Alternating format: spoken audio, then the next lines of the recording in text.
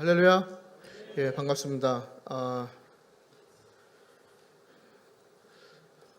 오늘 무슨 날인가 보네요. 1부부터 굉장히 뭔가 무겁고, 예, 하지만 뭐 저는 신경 쓰지 않습니다.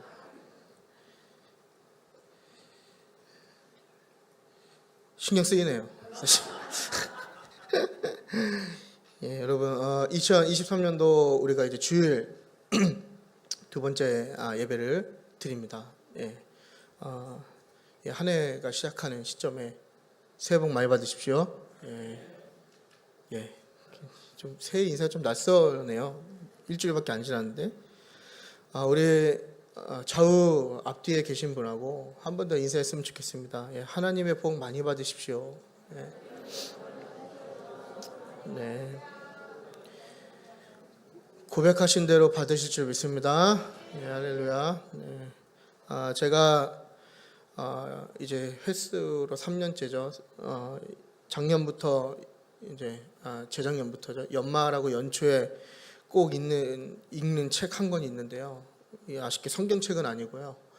그 트렌드 코리아라는, 예, 아시는 분들은 아실 거예요. 그 서점 가면 대빵 크게 있는 책이에요. 그래서 그 책을 읽는데, 이 책이 이제 매년 출간되거든요. 그래서 트렌드 코리아 뭐 올해 같은 경우는 2023, 예, 이렇게, 예, 그래서 작년에 2022, 제가 21년부터 한번 읽었던 것 같아요. 이게 간단하게 이 책이 어떤 책인지 소개해드리면, 이 소비 트렌드를 분석해서 이제 다가올 해에 이 사람들이 추구하는 트렌드가 무엇인가를 이렇게 분석해 놓은 책입니다. 그래서 전도사가 성경이나 읽지 저런 걸 왜 읽나 이렇게 생각하실 수도 있겠지만, 저는 이 책을 읽으면서 그 한 해의 트렌드를 이렇게 사역과 좀 녹여내려고, 뭐 나름 있어 보이는 얘기지만 하나도 못 녹여내고 있습니다. 근데 아무튼 매년 열심히 읽고 있어요. 책도 얼마나 두꺼운지, 엄청 두꺼운 한 400페이지 정도 되는데 짬짬이 읽어 나가고 있는 책이 있습니다. 그래서 과연 이 사람들이 추구하는, 특히나 이제 저같이 신학도들은 매번 그 전공서적과 그 신학에 관련된 책만 있기 때문에 세상 돌아가는 걸 잘 모르거든요. 그래서 세상이 어떻게 돌아가는가를 함께 보면서 이것을 우리의 사역과 또 교회와 어떻게 접목시킬 수 있을까라는 고민을 많이 하게 되는데, 제가 왜 이 책을 소개하냐면 오늘 제목을 설명하려고 이 책을 소개한 거예요. 그래서 이 오늘 제목이 하나님 복 2023이죠. 예, 그런 제목입니다. 야심차게 지었는데 아무도 모르시네요. 네, 그래서 아무튼 새로운 한 해가 밝았죠. 그 이제 2023년도가 시작되는데, 우리에게 허락된 하나님의 복이 무엇일까? 마치 소비 트렌드를 분석하는 것처럼 우리에게 올해 주어진 하나님의 복이 무엇일까 이렇게 고민하면서 이런 제목으로 우리가 함께 말씀을 나누기 원합니다. 그래서 그 복이 무엇인지를 먼저 나누고 우리가 그 복을 받는 그런 삶이 되기를 바라면서 오늘 말씀을 나누도록 하겠습니다. 오늘 본문은 여호수아서입니다. 다들 아시는 내용이라 생각합니다. 여호수아서이고 여호수아서의 시작이죠. 1장 1절부터 9절까지 시작되는 그 말씀입니다. 긴 광야 생활을 마치고 이스라엘이 또 어떤 변화가 있냐면, 그 광야 생활이 끝남과 동시에 그들을 지금까지 인도하였던 모세라고 하는, 지금도 유대인들에게는 가장 위대한 선지자가 모세이지 않습니까? 그런 위대한 선지자 모세가 죽은 다음에 이제 새로운 환경과 새로운 리더십을 기대하는 상황에 놓이게 된 겁니다. 그래서 모세에서 모세의 수종을 들었던, 모세의 오른팔이었던 여호수아가 이제 이스라엘 민족을 이끄는 새로운 리더가 되는 그 상황인 것이죠. 그래서 1절을 보면 하나님의 말씀이 여호수아에게 임하는 순간을 기록하고 있고, 2절에서 9절은 뭐냐면 하나님께서 여호수아를 부르신 그 콜링 이후에 이제 여호수아에게 하나님이 직접적으로 어떠한 말씀을 하시는가를 2절에서 9절에 잘 이렇게 기록해 둔 말씀입니다. 그래서 하나님께서 직접적으로 여호수아에게 무엇을 말씀하시는가, 우리가 이것을 좀 먼저 볼 건데요. 이게 왜 중요하냐면 바로 하나님께서 여호수아에게 요구하신 이 첫 마디가 우리의 삶과 우리의 신앙생활의 모든 축복의 첫 스텝이기 때문입니다. 그러니까 이걸 꼭 기억하셔야, 기억하지 않으셔도 복은 받으시지만 그래도 기억해야 그 시작이 좀 더 뭔가 탄력적으로 될 수 있는 거죠. 우리 2절을 보도록 하겠습니다. 2절이요. 우리 다 같이 한번 읽어볼까요? 시작. 내 종 모세가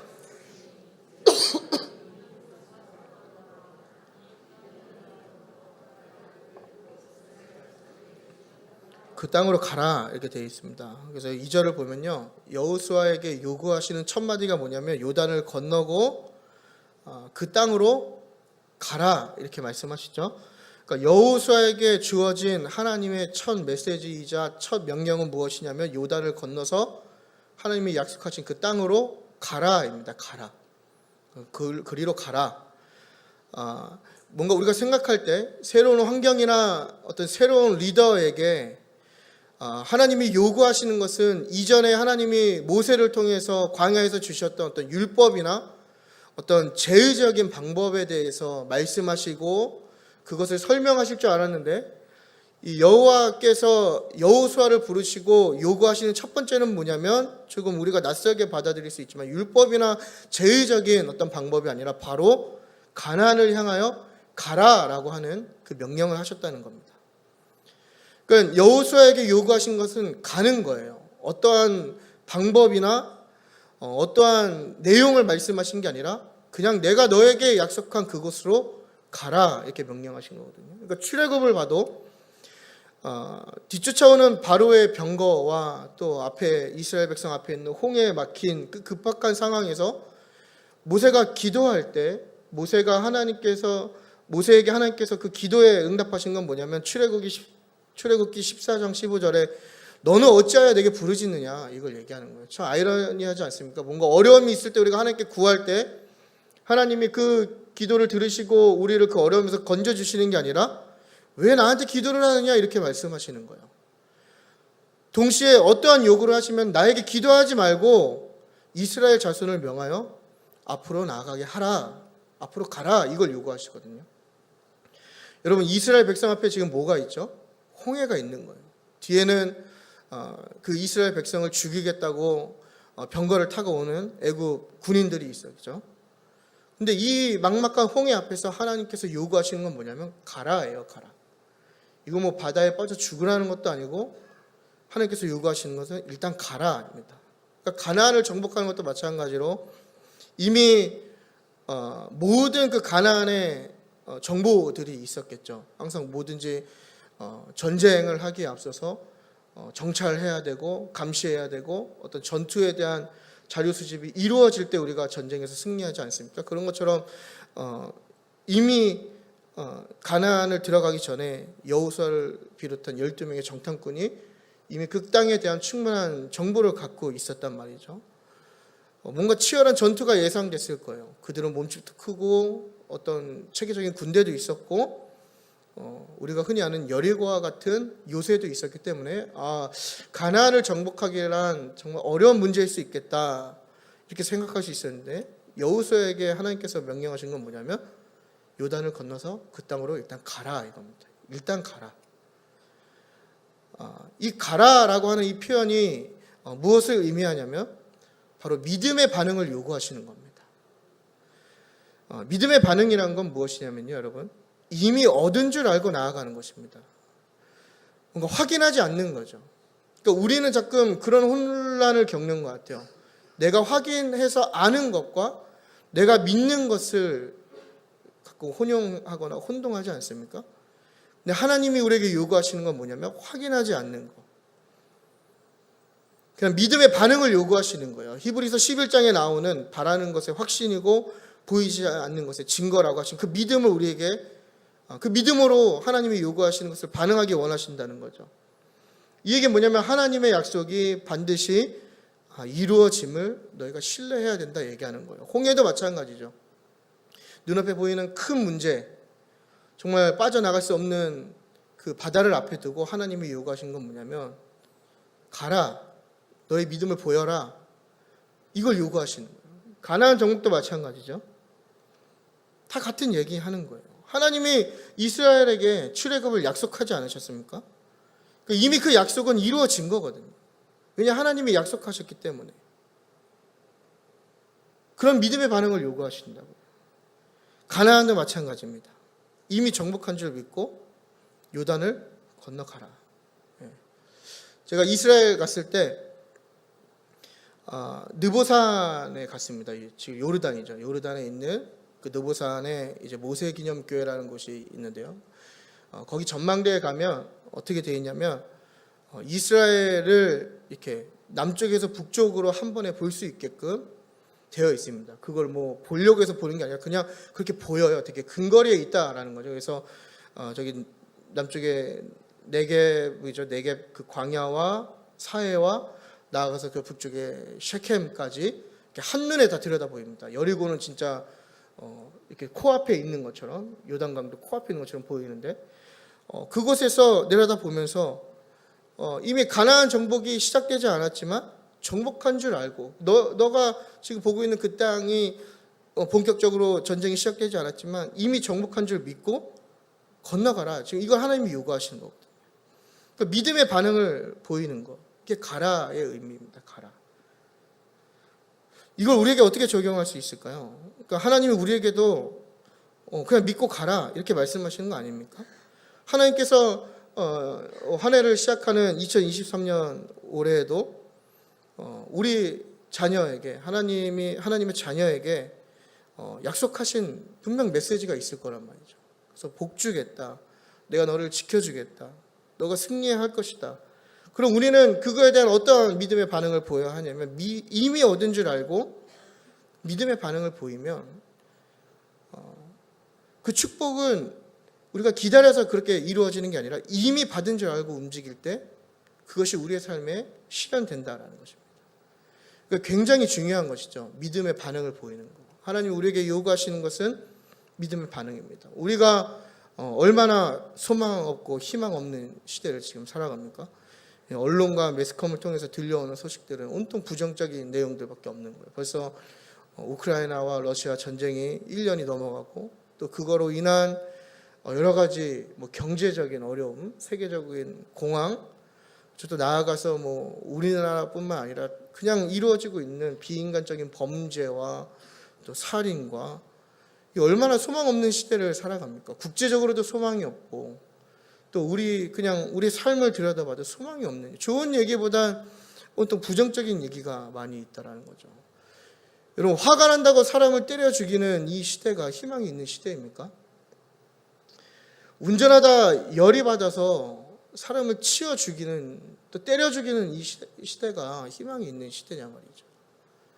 아버지가 자녀를 죽이고 또 자녀가 열이 받는다고 부모를 패는 이 시대가 희망이 있냐 말이에요. 금리도 마찬가지죠. 온갖 얘기 들어보면 엄청 살기 어려운 얘기들. 과연 살 수 있을까? 우리에게 들려오는 부정적인 소식들이 있지만, 그런 부정적인 메시지에도 불구하고 우리는 말씀을 통해서, 예배를 통해서 선포되는 그 복음 가운데 희망을 발견하고, 우리는 그 희망에 대한 믿음의 반응을 보이는 것, 그게 바로 하나님이 우리에게 요구하시는 태도이자 그것이 바로 우리 축복의 첫 열쇠가 된다는 것을 우리가 꼭 기억했으면 좋겠습니다. 상황과 환경에 상관없이 우린 이미 복을 받은 것입니다. 여러분 동의하십니까? 내가 어떠한 상황과 환경에 있든지, 어떤 부정적인 메시지가 내 귀에 들려오든지, 그거와 상관없이 이미 복을 받은 거예요. 이미 복을 받았고 이미 안전하고 이미 승리한 것임을 믿으며 나아갈 때 그런 믿음의 반응 가운데 그런 축복이 실제적으로 우리의 삶 가운데 이루어짐을 우리가 믿었으면 좋겠습니다. 이제 본문을 자세히 들여다보면서 하나님께서 준비하신 복들이 무엇이 있는가, 우리가 세 가지를 알아볼 건데요. 우리가 이 세 가지 복을 듣고 믿음으로 반응할 때, 다르게 얘기하면 이미 내가 얻은 줄 알고 그 복을 아멘으로 화답할 때 그 복들이 올해 2023년 가운데 우리의 삶에 이루어질 줄 믿습니다.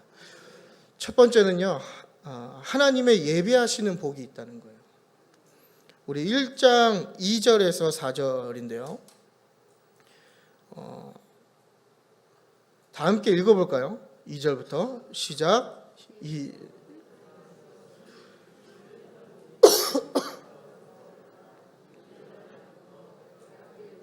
이스라엘 자손에게 주는 그 땅으로 가라.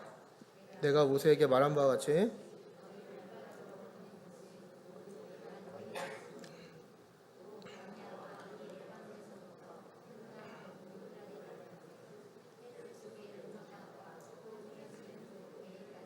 너희 영토가 되리라. 아멘. 1장 3절의 말씀은요, 신명기 11장 24절에서 25절의 말씀을 기반으로 기록된 말씀입니다. 이 얘기는 뭐냐면, 이 하나님께서 이야기하신 지금 2절에서 4절까지 말씀하신 이 내용이 이미 광야에서 이스라엘 백성에게 약속된, 그러니까 이미 광야에서 하나님이 이스라엘 백성에게 약속하신 땅이라는 이야기죠. 그래서 하나님께서 이스라엘 백성에게 허락하신 땅, 그 땅의 경계가 나오는데, 남쪽 네겝 광야에서 북쪽 레바논을 지나서 유브라테스 강까지 그 경계가 이어짐을 이야기하고, 나아가서 헷 족속에 온 땅, 이게 가나안 땅의 전체를 의미하는 이야기거든요. 그래서 그 경계를 말씀하시면서 하나님이 약속하신 그 땅의 범위가 얼마나 넓은지를 지금 우리에게 보여주고 계신 겁니다. 그래서 고대 근동에서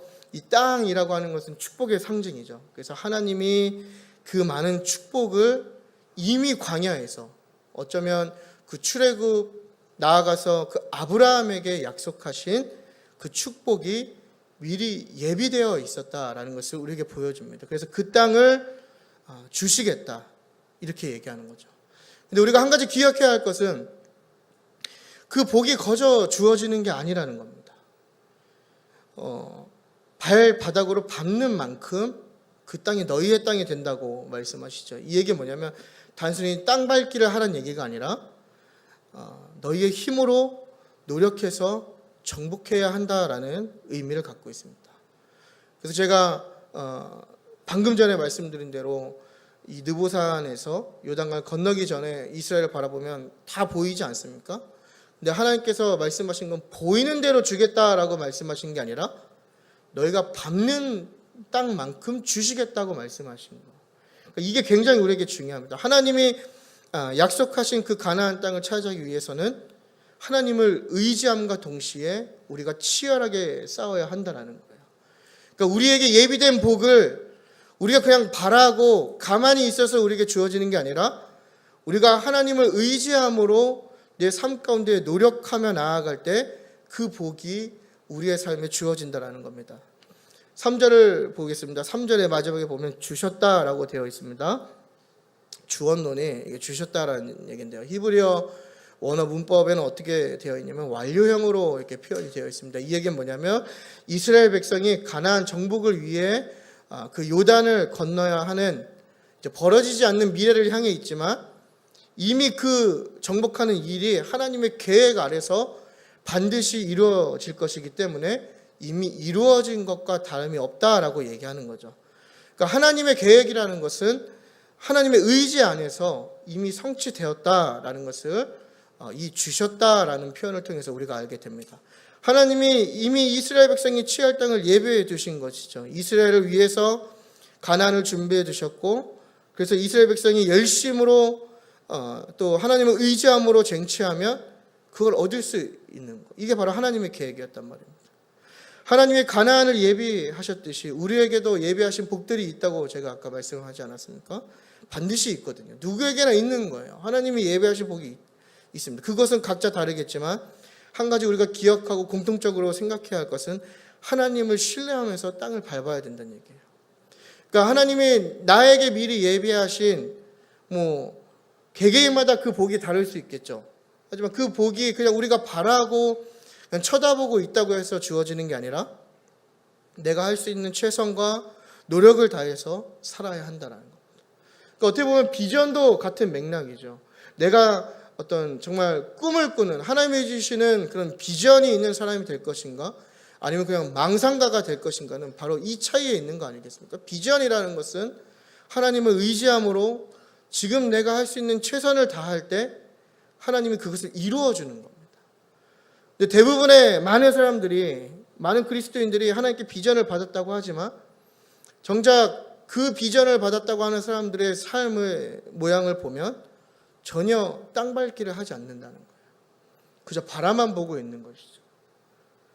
이것은 바로 망상가와 다를 바가 없다라는 것입니다. 그러니까 하나님이 요구하시는 것은 노력하라 이거예요. 너가 할 수 있는 최선을 다해라. 그러니까 자기 스스로를 신뢰하고 자기를 우상화시키라는 얘기가 아니라 내게 주어진 환경에서 최선을 다하다 보면 하나님의 때에 하나님께서 예배하신 복을 맞게 우리에게 내려주신다는 겁니다. 다시 한번 더 선포합니다. 여러분에게 하나님께서 준비하신 복이 있습니다. 기대감이 막 차오르지 않습니까? 믿음으로 먼저 성취하시기 바랍니다. 믿음으로 선포하시고 지금 내가 할 수 있는 최선을 다해서 오늘을 살아내실 때 하나님께서 예비하신 복을 여러분들에게 주실 것입니다. 두 번째는 하나님의 형통함이 있다는 겁니다. 하나님의 형통함의 복이 있다는 겁니다. 우리 1장 7절에서 8절을 함께 읽어보도록 하겠습니다. 시작. 나의 종 모세가 내게 행한 그 율법을 그리하며 어디로 가든 형통하리니 이 율법책을 내 입에서 떠나지 말게 하며 주야로 그것을 묵상하여 다 지켜 행하라. 그리하면 내 길이 평탄하게 될 것이며 내가 형통하리라. 아멘. 이제 7절과 8절 끝에 보면 형통하리라, 형통하리라 이렇게 두 번 이야기하지 않습니까?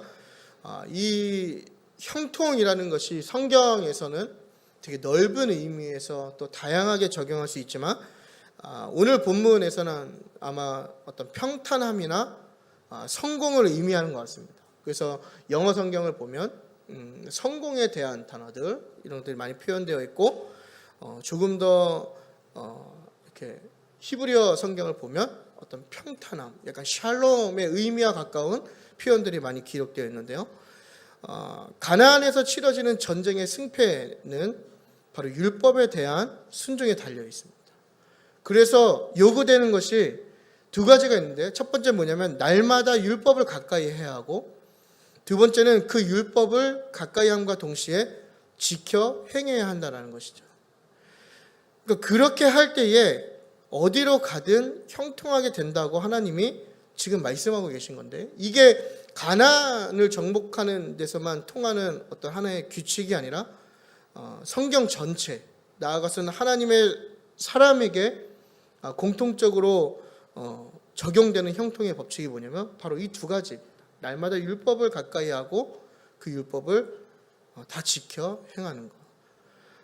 물론 우리는 율법주의자가 아니고 또 우리는 예수 그리스도를 통해서 그 율법이 완성되었기 때문에 어떤 이런 행위로 율법을 만족시키지 않아도 되지만 그럼에도 불구하고 오늘날로 얘기하면 하나님의 말씀을 날마다 가까이 하고 그 말씀을 지켜 행하기를 힘쓰라고 우리에게 요구하는 것입니다.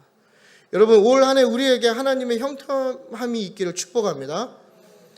여러분의 가정함에 형통함이 있을 거예요.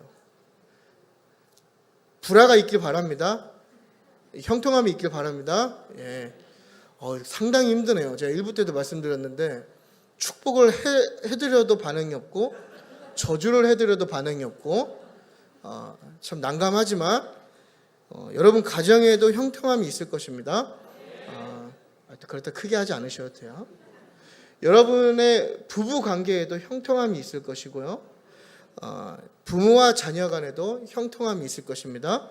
여러분의 직장과 사업장도 형통함이 있길 바라고요. 사업의 모든 계획이 형통해질 줄 믿습니다. 또 직장에서 여러분들의 동료와의 관계가 형통해지고 또 여러분이 겪는 모든 문제가 그 가운데 형통함의 복이 있기를 축복합니다. 그리고 여기에 우리 청년들과 학생들이 있는데 여러분들의 학업과 진로와 미래에 형통함이 있을 줄 믿습니다. 아멘. 여기 우리가 믿음으로 반응하는 거예요. 근데 이 반응과 함께 우리가 뭘 해야 되냐? 아까 말씀대로 하나님의 말씀을 가까이 하고 그 말씀대로 살기를 노력할 때 제가 지금 여러분들에게 블레싱한 이 모든 축복의 내용이 이루어질 줄 믿습니다. 그래서 우리의 예배 생활이 더 열심을 더하고 또 우리의 예배가 살아나야 되고 우리의 예배가 더욱더 뜨거워져야 되는 이유가 바로 여기에 있는 것입니다. 그러니까 뭔가 이렇게 유치하게 뭐 예배를 잘 드려야만 꼭 형통함이 있어 이렇게 이야기하고 싶지 않아요. 그렇게 따지면 제 인생은 늘 형통해야 되지 않습니까? 그죠? 어쨌든 제가 자의적으로 타의적으로도 여러분보다 예배를 많이 드리잖아요. 근데 그런 개념에서가 아니라 그냥 우리가 예배 생활에 더 힘쓸 때 자연스럽게 하나님을 더 알게 되고 하나님과 가까워지게 되고 하나님이 우리에게 무엇을 요구하시고 무엇을 원하시는지 알게 되고 그 말씀에 순종하다 보면 자연스러운 축복의 삶이 된다라는 것이죠. 나아가서 그 말씀과 함께 우리가 구원받은 백성으로서 우리의 인격과 또 우리의 행동이 더 성화되고 더 성숙해지기를 축복합니다. 그래서 여러분 2023년도에 여러분들이 원하시는 축복이 이루어지는 복이 그런 축복이 있는 것도 좋지만 나아가서 우리의 예배 생활이 더 뜨거워지고 더 살아나고 내가 개인적으로 나의 인격과 인품이 더욱더 성화되고 성숙해지는 축복이 있길 바라요. 그러니까 하나님의 말씀에 순종하는 사람, 이것은 바로 성화에서 오는 거거든요. 나의 거짓된 자아가 죽고 내가 죽고 내 인생의 참 주인이 하나님이심을 인정하는 그 성화가 내 안에 강력하게 일어날 때 바로 이 하나님이 요구하시는 그 말씀대로 우리가 순종하며 나아갈 수 있다라는 것입니다. 그래서 하나님의 말씀을 가까이 하고 지키려 힘쓰는 삶이 될 때 우리에게 예비하신 형통함의 복이 허락될 줄 믿습니다. 여러분 형통함의 복을 누리기 원하십니까? 예, 그 만사형통이라는 말이 있죠. 예, 그런 형통의 복. 사실 우리가 이야기하는 형통의 개념보다 하나님이 주시는 그 형통은 훨씬 위대하고 훨씬 강력하다는 것을 우리가 깨닫기 바랍니다. 그래서 우리가 그 형통함의 복을 누리기 위해서 우리의 신앙의 순수성을 회복하고 나아가서 순종하는 삶으로 하나님께 나아갔으면 좋겠습니다. 세 번째입니다. 어떤 복이 또 있냐면요. 하나님이 함께 하시는 복이 있다는 겁니다. 1장 5절을 한번 읽어볼 건데요. 내 평생에 너를 능히 대적할 자가 없는데 내가 모세와 함께 있었던 것 같이 너와 함께 있을 것임이라. 그러니까 여호수아와 함께 있을 것이다 이렇게 이야기하죠.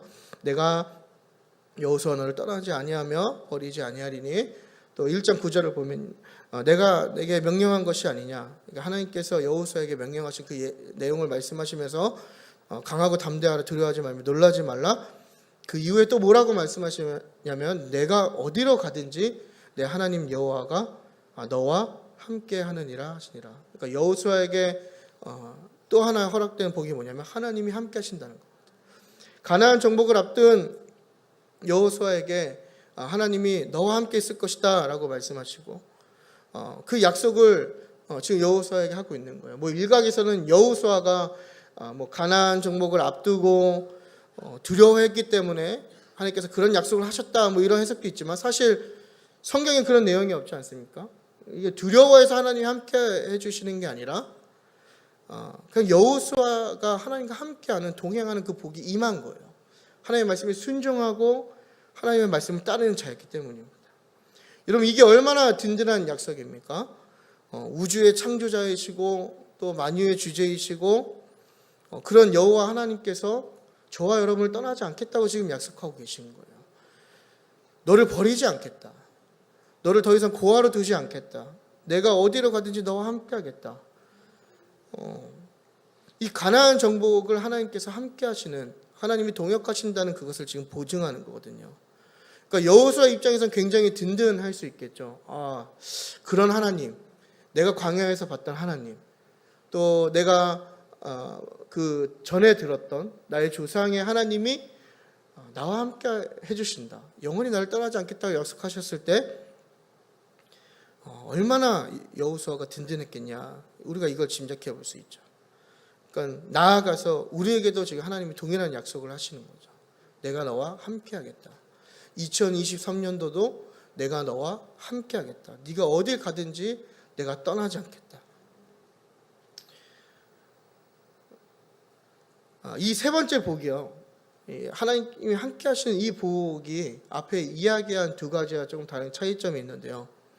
어떻게 보면 특징이라 할 수 있는데, 이 하나님이 함께 하시는 이 복은요, 바로 하나님이 우리에게 전적으로 행하시는 복이라는 거예요. 마치 은혜와 같은 것이죠. 어떤 행위를 하지 않아도 우리에게 주어지는 복이 바로 이 하나님이 함께 하시는 복입니다. 앞의 내용을 다시 기억해 볼게요. 예비된 복을 누리기 위해서는 요단을 건너야 했고, 또 요단 땅을 밟는 수고가 있었죠. 또 형통함의 복을 누리기 위해서는 말씀을 가까이 해야 하고 그 말씀대로 살려는 어떤 우리의 의지와 노력이 있어야 했단 말이죠. 그래서 내가 무언가를 할 때 어떤 대가로 받는 축복이 앞에 두 가지였다면, 하나님이 함께 하시는 이 복은 그냥 하나님께서 택하시고 인도하신 그의 백성에게 아무런 조건 없이 주어진 축복이라는 점에서 굉장히 우리에게 특별하게 다가온다는 겁니다. 가나안이라는 곳이 정복하기 쉽지 않은 곳이면 틀림이 없습니다. 왜 어려움이 없겠어요? 그러나 하나님이 함께 하시면 아무런 문제가 되지 않을 줄 믿습니다. 그러니까 하나님이 함께 하신다는 거예요. 어떤 조건 없이 그냥 내가 너를 택했다는 그 이유만으로, 내가 너를 출애굽시켰다는 그 이유만으로 하나님이 영원히 함께 하시겠다고 지금 말씀하고 계신 겁니다. 조건 없는 축복이라는 거예요.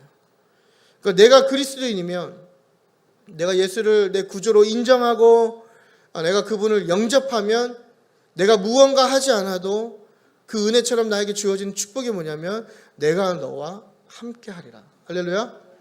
하나님이 우리와 함께 하신다는 겁니다.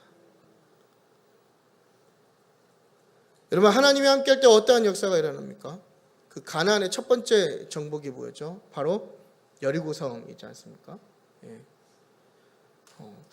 이제 제가 만약에 그 여호수아의 입장이나 이스라엘 백성의 입장이었으면 굉장히 좀 두렵긴 할 것 같아요.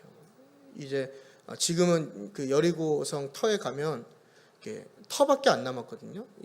굉장히 일부분만 남아 있는데, 이제 그런 고고학자들이 추측해낸 바로는 우리가 다 알다시피 여리고성이라는 게 굉장히 요새이지 않습니까?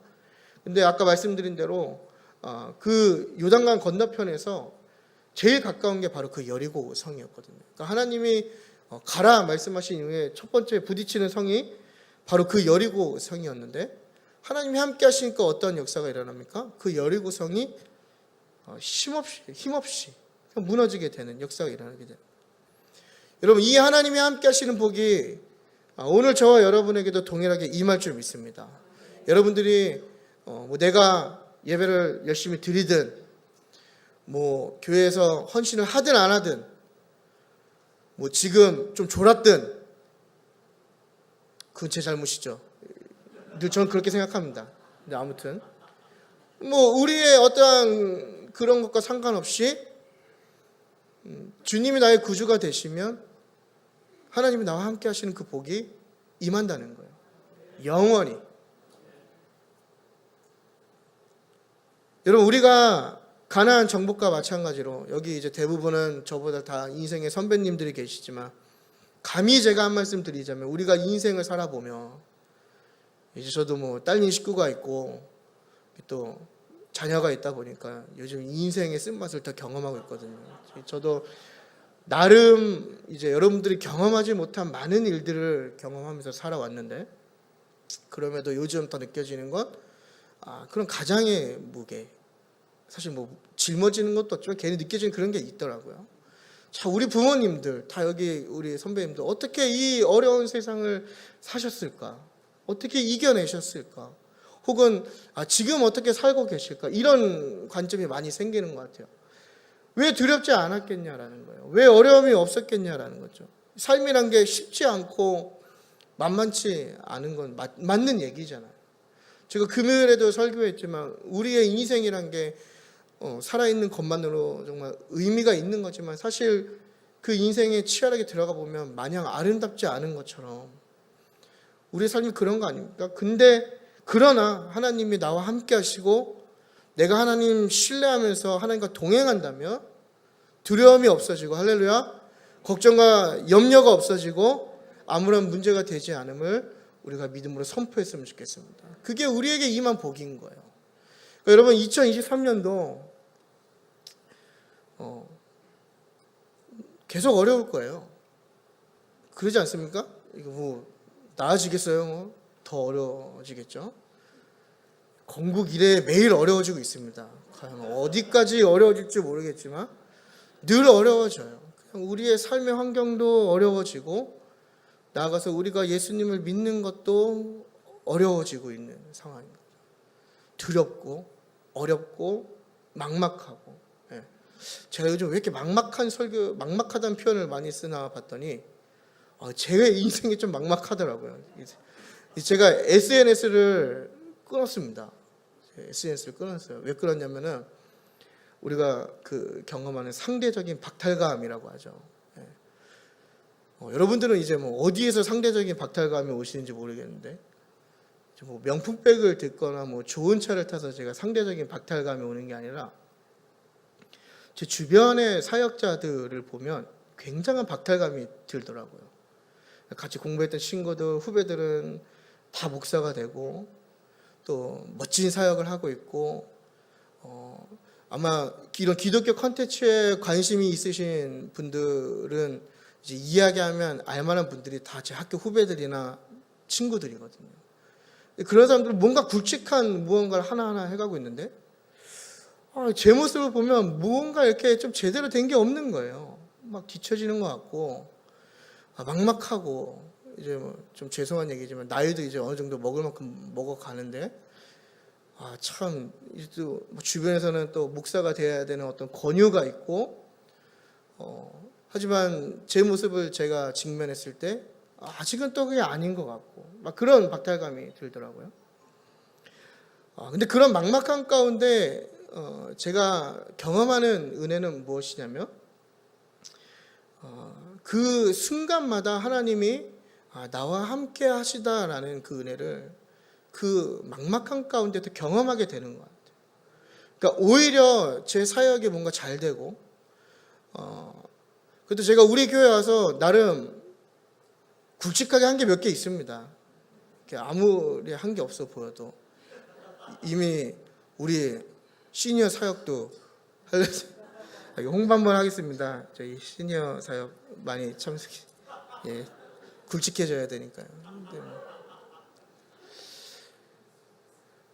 잘 될 땐 느끼지 못한 하나님의 은혜, 하나님이 나와 함께 하심이 뭔가 두렵고 막막할 때 더 크게 제게 임하는 것을 경험하게 되는 것 같아요. 이 얘기는 뭐냐면요, 여러분 2023년도를 여전히 더 어려워지고 막막한 가운데 살아가는 저와 여러분의 동일한 삶 가운데 지금 이 순간이 하나님을 더 진하게, 또 하나님의 그 은혜를 깊게 경험할 수 있는 찬스라는 것을 우리가 믿음으로 기쁘게 받아들였으면 좋겠습니다. 결론인데요, 여러분, 오늘 본문을 읽으시면서 혹시 성경책이 있으신 분들은 이렇게 한번 보셨으면 좋겠는데요. 성경에서 한 단락에서 이렇게 읽다 보면 이렇게 반복되는 말들, 이렇게 눈에 띄는 말들이 이렇게 있거든요. 저는 좀 그 캐치 능력이 좀 이렇게, 어떻게 제가 공부한 게 그쪽이고 말씀 사역을 하다 보니까 저는 이게 금방 눈에 들어와요.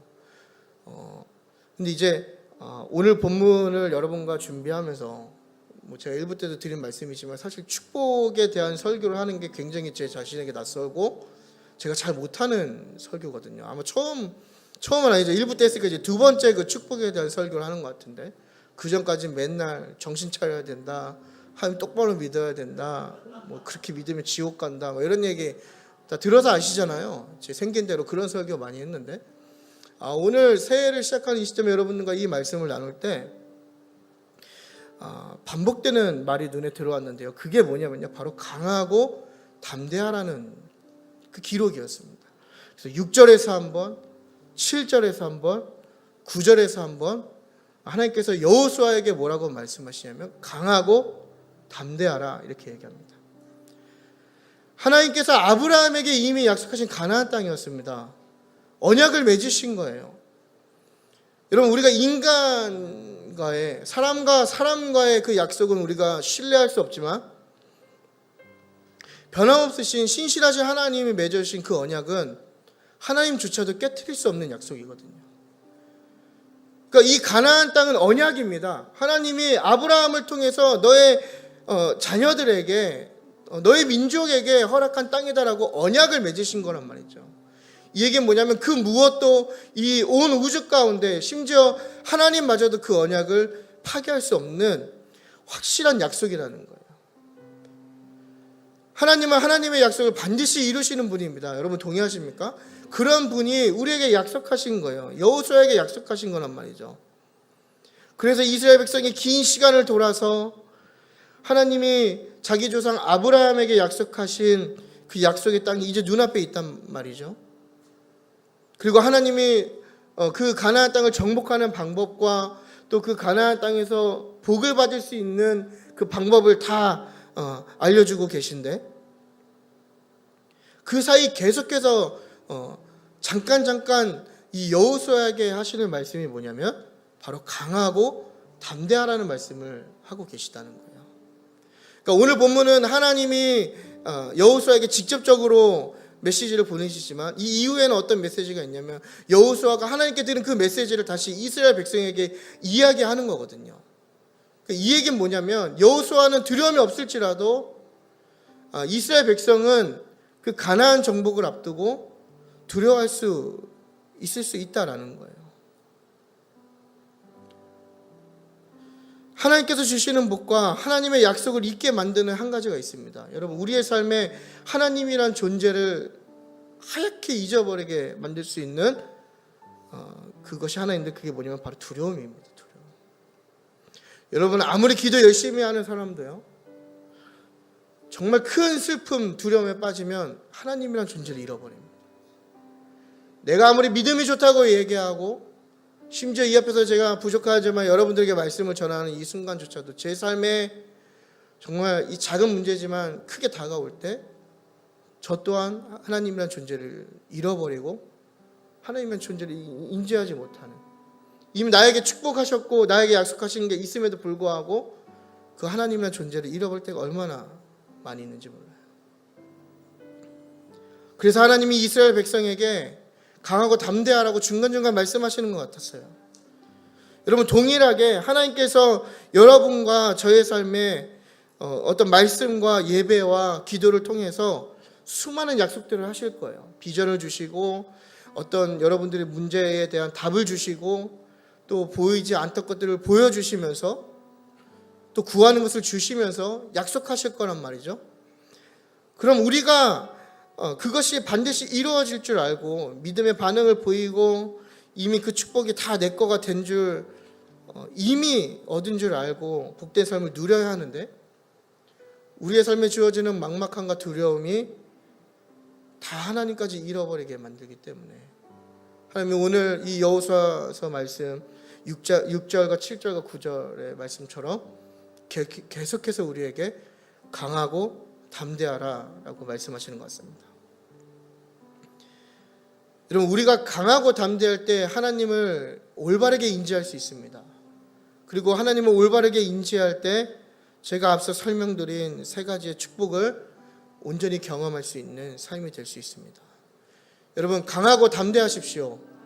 어떤 좀 적절한 표현일지 모르겠지만 내 깡으로 담대하는 게 아니라, 그렇죠? 어떤 내 의지로 담대한 게 아니라 하나님의 이름으로 담대하십시오. 하나님께서 우리에게 명령하시는 겁니다. 강하고 담대하라. 그리고 하나님이 이미 주신 그 복을 믿음으로 반응해서 그 복된 삶을 경험하는 저와 여러분의 삶이 되기를 바랍니다. 오늘 요단을 건너기 전에 부름받은 여호수아를 통해서 우리가 2023년도를 시작하는 이 시점에 우리에게 허락하신 복이 무엇이며 우리가 그 복을 어떻게 대해야 하는지 함께 말씀을 나눴습니다. 여러분 이 모든 나는 우리의 말씀의 내용이 우리의 삶에 이미 허락된 줄 믿으며 나아갔으면 좋겠습니다.